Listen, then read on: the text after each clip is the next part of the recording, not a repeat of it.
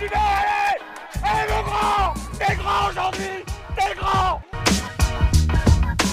Guardo Ballan, questo è l'attacco buono, partito la grande Alessandro Ballan. Ah, he takes it, joy for cycling fans. Exit 2020, place à 2021. Le compte à rebours avant le début de la saison cycliste en Europe est désormais lancé. Le 24 janvier prochain aura lieu le Grand Prix de Valence. Pour vous faire patienter d'ici là, retrouvez avec Dossard 13 la prévue quotidienne d'une équipe World Tour. Preview un peu particulière aujourd'hui, avec la présentation d'un petit nouveau du côté de l'échelon World Tour et l'arrivée d'un sponsor français, j'ai nommé Intermarché Wanty-Gobert. Hello tout le monde, hello Guillaume, comment ça va aujourd'hui ? Salut, ça va super et toi ? Ça va très bien. On va s'attaquer à l'équipe la plus intéressante, je crois. Oui. Non, c'est pas méchant. C'est surtout très... C'est pas méchant, mais c'est sûr que comparé aux autres équipes du plateau World Tour, ça fait un peu mal. On va dire surtout qu'on se sépare d'une équipe qui était à la CCC, avec des coureurs très talentueux, mais en grande difficulté sportivement ces 2 dernières saisons, en plus d'économiquement. Mais il y avait, on va dire, des grands noms, comme Van Avermaet, Trentin ou même Zakharine. Et maintenant, on passe du côté de l'Intermarché Wanty-Gobert, qui s'annonce elle aussi en difficulté, et cette fois-ci sans grand nom, sans star. Donc à voir ce qu'ils vont réaliser tout au long de l'année. On va en parler durant ce podcast sur cette preview de l'équipe belge. Mais c'est sûr que ça s'annonce quand même assez compliqué. Surtout quand on voit les résultats qu'ils ont fait sur les courses sur le tour auxquelles ils ont pu participer ces dernières saisons. On espère que l'arrivée de Intermarché après Lidl apportera les fonds nécessaires à l'équipe pour se renforcer au fil des années. Mais C'est ça. Cette saison 2020 de Circus Wanty-Gobert était très mal partie. Déjà, avec la non-participation pour le Tour de France. Ils n'ont pas eu cette année de wildcard. Donc c'est sûr que la saison a tout de suite déjà, même sportivement et économiquement, quand tu participes pas au Tour de France, ça fait très mal. Surtout quand tu participes à aucun grand tour. tout à fait. On peut tout de même compter 4 victoires. 2 en début de saison, 2 en fin de saison. Avec Zandro Meurice qui vient gagner la première étape du Tour de la région de Murcie et le classement général. Qui vient vraiment, il y avait un beau petit plateau. Donc Sandro Meurice, qu'on verra après, qui a décidé de quitter l'équipe. On verra ça après dans la partie mercato. Et on a deux petites victoires sur 2 petites classiques. Avec Loïc Vliegen qui vient gagner le Tour du Doubs. Sur notre tour du Doubs régional. Oui. Et Danny Van Poppel qui vient gagner le Croix-Pil. Ah, t'as réussi à le dire, bien joué. Moi, j'aurais dit une petite classique belge. Je me serais pas mouillé. Après, moi, j'ai noté, vient s'ajouter à cela 21 top 10, étapes et générales confondues. Mais malheureusement, pas de résultats remarquables, à part peut-être une 4ème place sur la Bretagne classique. Bah, on peut voir du côté des classiques World Tour où ils ont été invités. Déplacement, pas de gros résultats. Des petites placettes. Hein. Oui, des top 20 par exemple de Aimé De Gendt qui vient de chercher une 19e place sur l'Omloop, une 21e sur Milan-San Remo. Ou par exemple, toujours Aimé De Gendt, cette fois-ci qui vient décrocher, comme tu l'as dit, la 4e place sur la Bretagne classique. Après, on a Zandro Meurice qui vient chercher une 15e place sur le Tour des Flandres. Loïc Vliegen, une 18e et une 24e sur l'Estrade Bianche, la Liège-Bastogne-Liège. Ça reste, on va dire, très faible. Et on va dire c'est une équipe qui saura mettre des hommes en échappée. Ils l'ont fait l'an passé en 2020 et dans les années précédentes auxquelles ils ont participé aux différentes classiques. Mais de là à jouer, on va dire... Bah ça c'est la marque des Conti souvent invités, donc maintenant qu'ils passent en World Tour, j'espère, on verra durant le mercato, mais... C'est ça, on le verra dans la deuxième partie de ce podcast et dans la dernière, sur ce qu'on attend vraiment de l'équipe en 2021. Mais au vu des résultats de cette saison, ça paraît compliqué. Après, ils viennent tout de même chercher pas mal de podiums, comme par exemple sur le Grand Prix de la Marseillaise, sur les petites classiques italiennes, ou notamment sur les classiques françaises de la Coupe de France, comme par exemple Timothy Dupont qui vient chercher une troisième place sur le Grand Prix d'Isberg, une deuxième place de Maurice Lamerting sur Paris-Camembert, ou même Danny Van Poppel qui va chercher une troisième sur Paris-Chauny. Ouais, mais je pense que pour une équipe comme la Vanti en Conti, c'est très peu. On espère que le mercato apportera à l'équipe plus de qualité parce que il va falloir qu'ils deviennent acteurs sur les grandes courses. L'équipe ne pourra plus se contenter d'espérer le top 10 sur des classiques, par exemple, parce que il faudra viser plus haut que les top 10 pour qu'un top 10 soit une certitude. Après, cette saison de base, normalement, ils n'étaient même pas invités sur Paris-Nice. Et cette fois-ci, à cause du Covid, des équipes qui se sont désistées, ils ont pu quand même y participer. Et on a le Fabien Doubet, le crossman jurassien, qui vient tout de même chercher une 11e place au classement général, ce qui reste plutôt pas mal. On va dire ce qui pourrait même être prometteur, mais au final, on verra après dans le mercato qu'il a décidé de partir ailleurs. Donc pas une saison de folie, donc si on doit faire un bilan de 2020, c'est pas une saison de folie pour une Conti de leur calibre. On est quand même habitué à mieux. Enfin, on est habitué à beaucoup les voir, mais pas forcément gagner après. Bah, ils ont perdu surtout Guillaume Martin cette saison qui est parti du côté de la Cofidis. Donc c'est sûr que ça enlève pas mal de succès et de potentiels gros résultats sur les courses, on va dire, un peu plus compliquées et avec un peu plus de prestige. Ils se sont montrés, on va dire, à la hauteur d'une équipe Conti sur les classiques en étant en échappé, en tentant des attaques de loin. Par exemple, je me souviens de Loïc Liguen qui était des fois à l'offensive sur les Ardennaises. Mais c'est pas à la hauteur, on va dire, d'une équipe World Tour. Bon, d'accord, on peut pas leur en vouloir de pas avoir eu un effectif taillé aussi pour certaines équipes World Tour, même si on est quand même habitué à mieux. Dommage qu'il n'ait pas pu remplacer Guillaume Martin notamment. Je te propose qu'on passe directement à la seconde partie de ce podcast, de cette magnifique preview sur Intermarché ou Antigobert, le mercato. Alors, un mercato où il y a quand même pas mal de choses à dire, avec 6 départs et surtout l'arrivée de 9 coureurs. On va dire des coureurs qu'on n'avait plus trop l'habitude de voir sur le devant de la scène cette saison et la saison passée, mais au final qui peuvent se retrouver une seconde jeunesse du côté de l'Intermarché qui leur font confiance. On a le départ de Halfdan Dedeker, qui lui est passé pro en 2019 du côté de la Wanty. C'est un jeune coureur de 24 ans, il n'a pas été conservé malgré des bons résultats, mais sûrement trop juste pour le niveau World Tour. On a également le départ de Thomas Degent. À ne pas confondre, hein, Thomas Degent, D-E-G-A-N-D. Ah oui, c'est pas le même coureur, ni le même... Enfin, tout simplement, c'est pas le même palmarès. On va dire c'est un coureur belge de 34 ans qui se profile sûrement vers une fin de carrière après 14 saisons du côté des professionnels. Autre départ, on l'a évoqué juste avant, le départ de Fabien Doubet. Alors qu'il aurait pu débuter, on va dire, en World Tour, le Jurassien a décidé de partir du côté de Total Direct Energy pour 2 saisons. À 27 ans, sa meilleure performance a été celle de cette saison, lors du Paris-Nice 2020, en terminant à une 11e place au classement général. Autre départ, celui de Timothy Dupont. Ça a été un très bon sprinter ces dernières années, où il a pu récolter notamment pas mal de places d'honneur du côté de la Wanty, dans lequel il a couru pendant 3 saisons. Et il ne connaîtra malheureusement pas pour lui le World Tour, et il va partir du côté de Bingoal Wallonie-Bruxelles. Départ également de Xandro Meurice. Ce monsieur, début juin, il a commencé à déclarer qu'il voulait quitter l'équipe pour aller tout simplement à l'échelon supérieur dans le World Tour. Il a fait des appels de pied à la Lotto Soudal, à la De Koninck. Résultat, il n'a pas été prolongé par la Wanty. Et au final, il se retrouve dans une équipe qui, elle, est continentale. Il se retrouve du côté de l'Alpecin Phoenix, alors que son équipe actuelle, s'il avait décidé de prolonger, lui aurait pu lui permettre de lui faire découvrir le World Tour.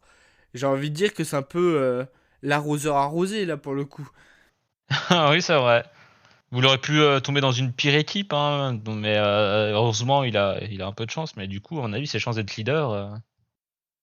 Et enfin, le départ de Johan Ofredo. Il n'aura jamais repris le vélo après la saison, la mi-saison due au Covid.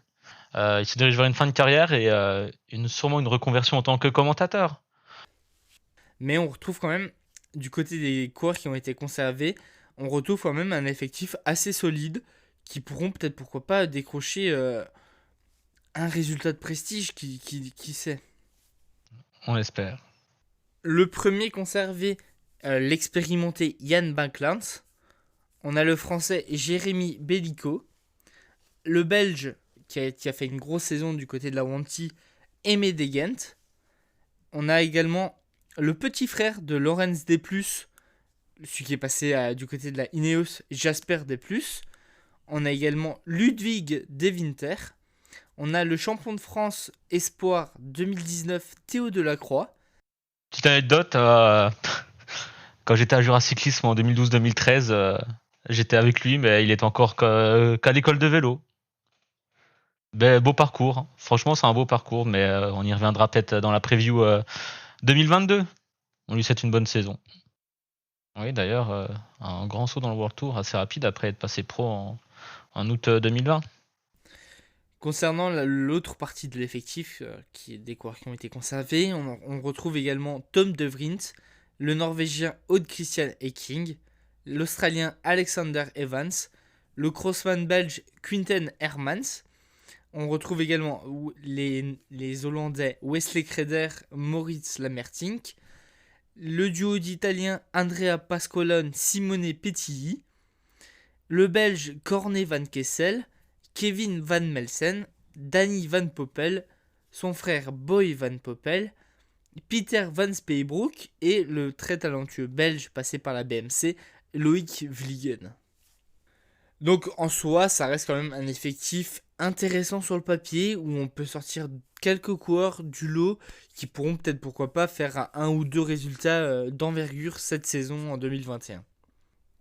Du côté des arrivées, on retrouve quand même 9 coureurs qui viennent renforcer un effectif pour que celui-ci soit digne, on va dire, d'un effectif tout simplement World Tour, qu'il soit à la hauteur des futures courses pour pouvoir au moins marquer leur empreinte sur les différentes courses à venir. Donc on a déjà, pour commencer, on a l'arrivée de 3 coureurs de la CCC. Le premier, Jan Hirt, c'est un très bon grimpeur tchèque qui a prouvé par le passé qu'il était capable de faire de sacrés numéros en montagne. Et je pense qu'il aura la place pour exprimer ses qualités dans de longues échappées et pourquoi pas jouer un petit top 10 dans les classements généraux. On retrouve Jonas Koch. C'est un sprinter rouleur allemand de 27 ans qui est toujours à la recherche de sa première victoire professionnelle. Cette fois-ci, un coureur plus talentueux et qui sera à suivre du côté de l'Intermarché Wanty-Gobert, c'est Georg Zimmermann. Donc c'est un jeune Allemand qui sort de la CCC, qui a débuté l'an passé du côté de la Vuelta pour son premier grand tour. Et à 23 ans, il finit 21e. On l'a vu souvent suivre les meilleurs grimpeurs dans les étapes les plus dures. Donc ça peut être un transfert très intéressant dans le sens où il va pouvoir continuer son apprentissage tout simplement. Et pourquoi pas s'exprimer en tant que leader sur certaines courses. Ok. Et ensuite, on a l'arrivée de Luis Meintjes. Bon, pas mal de gens le connaissent, hein, éternelle promesse du cyclisme qui n'aura jamais confirmé. Tout de même 2 fois 8ème du Tour. Il n'a que 28 ans. Et il pourra donc apporter son expérience, plus pourquoi pas réaliser un gros coup. Personnellement, je reviendrai sur lui lors du One to Watch. Il aura peut-être l'occasion de relancer sa carrière. On sait qu'il a il a très souvent voulu jouer le général d'un grand tour, mais on verra quelle direction prendra sa carrière et je reparlerai de lui lors du One to Watch. Autre arrivée cette fois-ci du côté, on va dire, des sprints massifs. On a l'arrivée de Riccardo Minali. C'est un bon sprinter italien qui peine à atteindre son plein potentiel. À 25 ans, il est déjà passé par Astana, Israel Startup Nation et cette année du côté de Nippo Delco Provence. On a l'arrivée de Baptiste Plancaert. À 32 ans, le Belge il possède une très bonne expérience. Il est déjà passé par le passé du côté de la Katusha. Et cette saison, il va signer pour 2 saisons, jusqu'en 2022.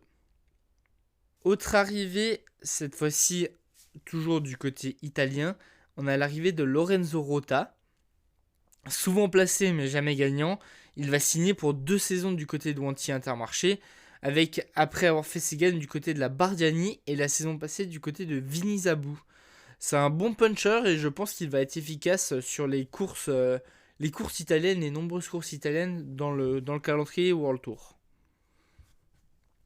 On a également l'arrivée d'un très expérimenté coureur qui est passé par de nombreuses formations françaises comme Cofidis et Total Direct Energy, Rain Taramae.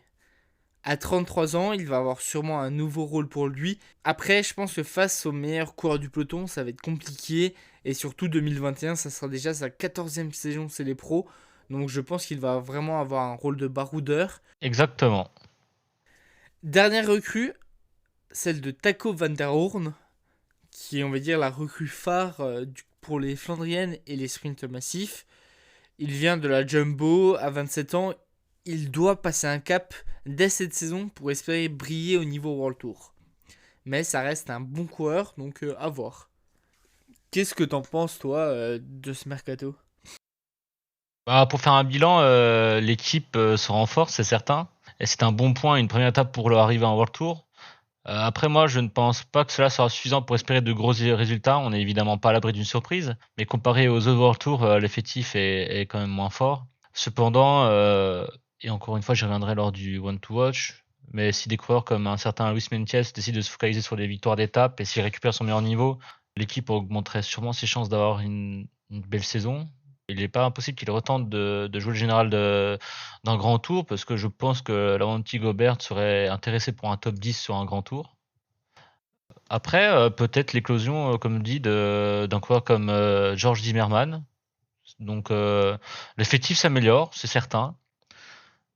Je miserai pas encore sur eux, on a besoin de voir parce que la transition est quand même une grosse marche à franchir, je pense, pour l'équipe. Tout à fait d'accord avec toi. Je pense que là, ils voient plus, on va dire, au long terme. Ils ont su dans le tard qu'ils allaient avoir une équipe pour jouer le World Tour. Donc ils se sont un peu renforcés avec... ils se sont tout simplement renforcés avec les coureurs qui étaient à la recherche d'un contrat. Donc c'est sûr que tu te retrouves avec un bon effectif, mais ça a quand même plus l'effectif d'une équipe continentale que d'une équipe pour le Tour. Je te propose qu'on passe à la troisième partie de cette preview sur Intermarché ou Anti-Gobert sur le One to Watch. Alors Guillaume, qui vas-tu suivre plus particulièrement sur cette équipe Intermarché cette saison ? Alors moi, je vais parler de Luis Meintjes. Le Sud-Africain va avoir 29 ans en février prochain. D'ailleurs, je sais pas toi, mais moi, j'arrive pas à m'y faire. J'ai l'impression qu'il a toujours 23-24 ans. Ouais, pareil. Après, il a une Tant mieux tête pour de lui. genou, donc c'est peut-être ça qui fait. Il sort d'une saison ratée puisqu'il n'accrochera aucun top 10, que ce soit sur un classement général ou une étape. Il aura quand même été coéquipier d'un certain Pozzo Vivo. Enfin, il aura fini 11e, on l'avait vu très à l'avant, donc Meintjes était son coéquipier. Moi, je veux me focus sur ce coureur car il est logique que ça sera un des leaders de l'Intermarché ou Anti-Gobert.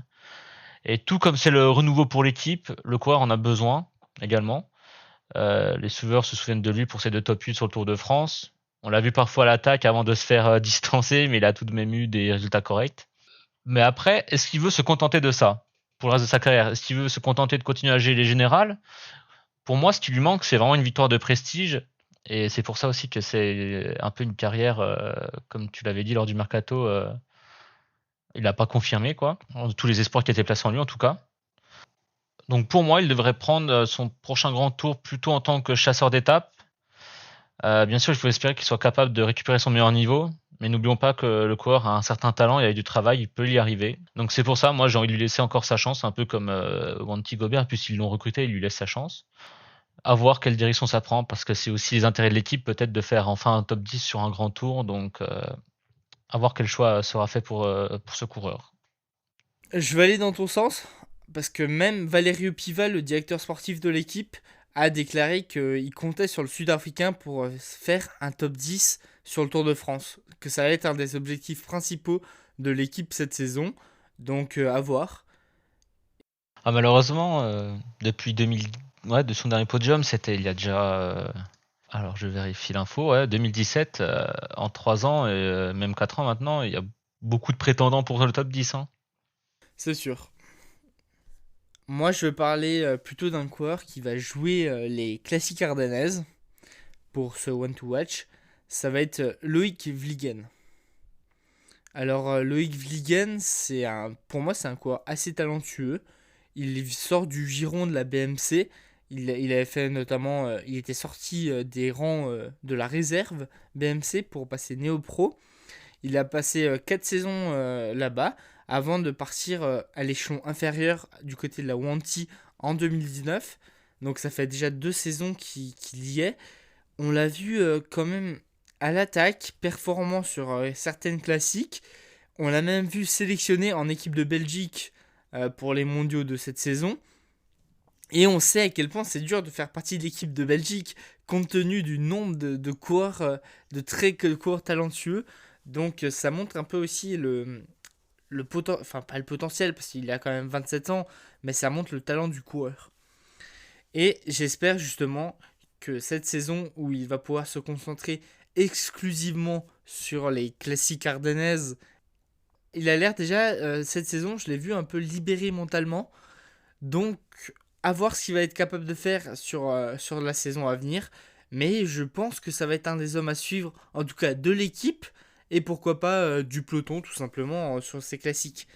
Il a les capacités pour, à lui de nous le démontrer, mais je pense qu'on va le voir à l'attaque de sûr.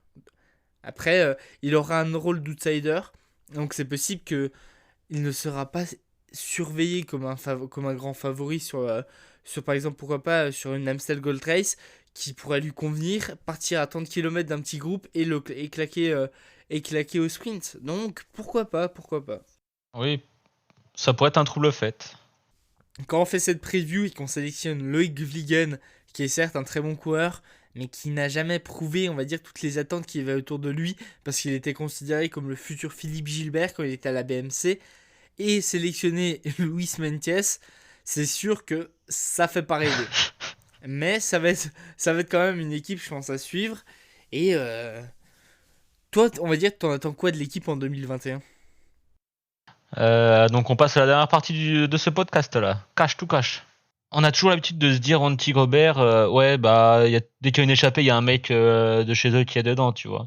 On attendra peut-être à deux qui sont un peu plus acteurs sur la course, mais pas en tant qu'échappée, plutôt. Ouais, je voulais trouver le fait, comme t'as dit, avec Vliegen.